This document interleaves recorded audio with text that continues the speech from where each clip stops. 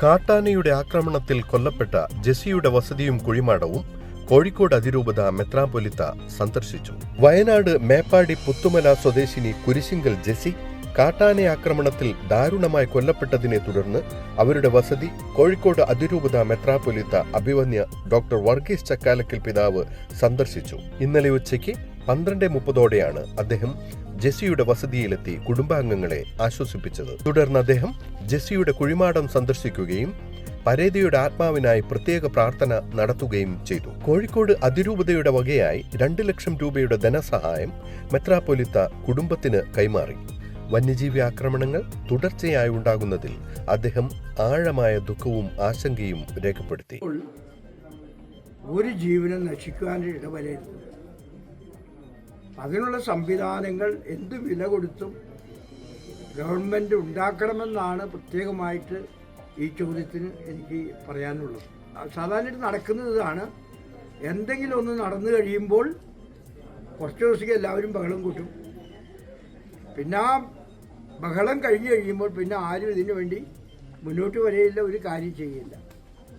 അപ്പോൾ ഈ പുതിയ UDF ഗവൺമെൻറ്റെങ്കിലും പ്രത്യേകം ഇനീഷ്യേറ്റീവ് എടുത്ത് ഇതിനൊരു ശാശ്വതമായ പരിഹാരം ഉണ്ടാക്കണമെന്ന് ഇവിടെ കൂടിയിരിക്കുന്ന നിങ്ങളുടെ എല്ലാവരുടെയും പേരിൽ ഞാൻ അഭ്യർത്ഥിക്കുകയാണ്. മാത്രമല്ല ഈ കുടുംബത്തിലെ 3 മക്കളുണ്ട്. അവർക്ക് ജോലി കൊടുക്കുകയാണെങ്കിൽ ഏറ്റവും നല്ല കാര്യമായി തീരും എന്ന്. വയനാട് ഫെറോന വികാരി ഫാദർ ജോൺസൺ അവരേവ്, മേപ്പാടി മൂപ്പനാട് സെന്റ് ജോസഫ് വികാരി ഫാദർ സണ്ണി പടിഞ്ഞാറാട്, കോഴിക്കോട് അതിരൂപത media director father Simon Peter, Kozhikode forane secretary father Gerald, Congress നേതാവ് ND Appachan, father Milton Jacob, father Danny Joseph, കർമ്മലീത്ത ഫാദേഴ്സ്, MMIC ഫാദേഴ്സ് എന്നിവർ മെത്രാപ്പൊലീത്തയുടെ സന്ദർശന വേളയിൽ കൂടെയുണ്ടായിരുന്നു. കഴിഞ്ഞ ദിവസം ഭർത്താവ് ഷാജിയോടൊപ്പം സ്കൂട്ടറിൽ യാത്ര ചെയ്യവേ മേപ്പാടിക്ക് സമീപം കല്ലാടി ചൂണ്ടിയിൽ വെച്ചായിരുന്നു ജെസിയെ കാട്ടാന ആക്രമിച്ചത്. സംഭവ സ്ഥലത്തു വെച്ച് തന്നെ ജെസി മരണപ്പെടുകയായിരുന്നു. ആക്രമണത്തിൽ പരിക്കേറ്റ ഭർത്താവ് ഷാജി മേപ്പാടി വിംസ് മെഡിക്കൽ കോളേജ് ആശുപത്രിയിലെ പ്രാഥമിക ചികിത്സയ്ക്ക് ശേഷം ഇപ്പോൾ വീട്ടിൽ വിശ്രമത്തിലാണ്.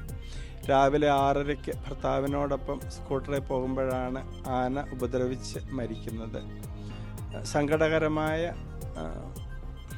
വിഷമകരമായ ഒരു മരണം എന്ന് പറയും. വനം വകുപ്പ് കുടുംബത്തിന് അടിയന്തര ധനസഹായമായി 5 ലക്ഷം രൂപ പ്രഖ്യാപിച്ചിട്ടുണ്ട്. പാക്സ് കമ്മ്യൂണിക്കേഷൻസ്, കോഴിക്കോട് അതിരൂപത.